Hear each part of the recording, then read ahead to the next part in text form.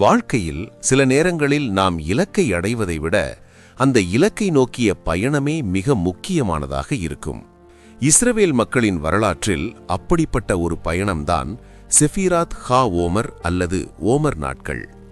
எகிப்தின் அடிமைத்தனத்திலிருந்து பஸ்கா பண்டிகை என்று விடுதலையான மக்கள் சீனாய் மலையில் இறைவனின் கட்டளைகளை பெறுவதற்கு இடைப்பட்ட அந்த 49 நாட்களை ஏன் எண்ணினார்கள்? இன்று நம்முடைய நவீன வாழ்க்கையில் இந்த நாட்களுக்கு என்ன முக்கியத்துவம் இருக்கிறது? வாருங்கள் ஆழமாக பார்ப்போம். விவிலியத்தில் லேவியராகமம் 23ஆம் அதிகாரம் 15 மற்றும் 16வது வசனங்களில் இதற்கான கட்டளை கொடுக்கப்பட்டுள்ளது. ஓமர் என்பது ஒரு தானிய அளவு. அறுவடை காலத்தில் முதல் கட்டாக கொண்டு வரப்படும் வார்கோதுமையை இது குறிக்கிறது. பஸ்கா பண்டிகையின் 2ஆம் நாளில் இந்த எண்ணுதல் தொடங்குகிறது. ஒவ்வொரு நாளும் மாலையில் யூத மக்கள் ஒரு குறிப்பிட்ட ஜபத்தை சொல்லி அந்த நாளை எண்ணுவார்கள்.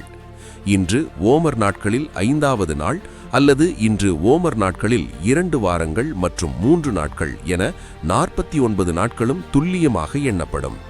இது வெறும் சடங்கு அல்ல, இது விடுதலையை பொறுப்புடன் இணைக்கும் ஒரு பாலம்.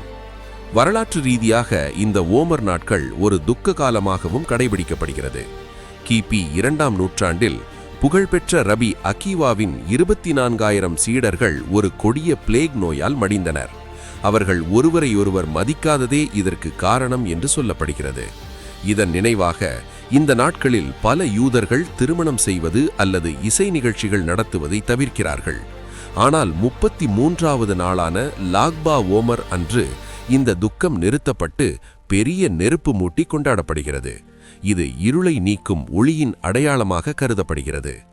ஆன்மீக ரீதியாக இந்த 49 நாட்களும் நம்முடைய 7 அடிப்படை குணாதிசயங்களை செம்மைப்படுத்த ஒதுக்கப்பட்டவை.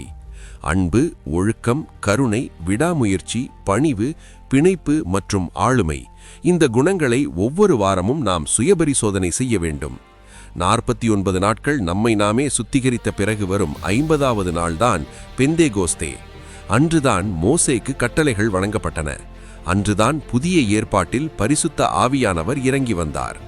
நண்பர்களே, நாமும் நம் வாழ்வின் ஒவ்வொரு நாளையும் அர்த்தமுள்ளதாக எண்ணுவோம்.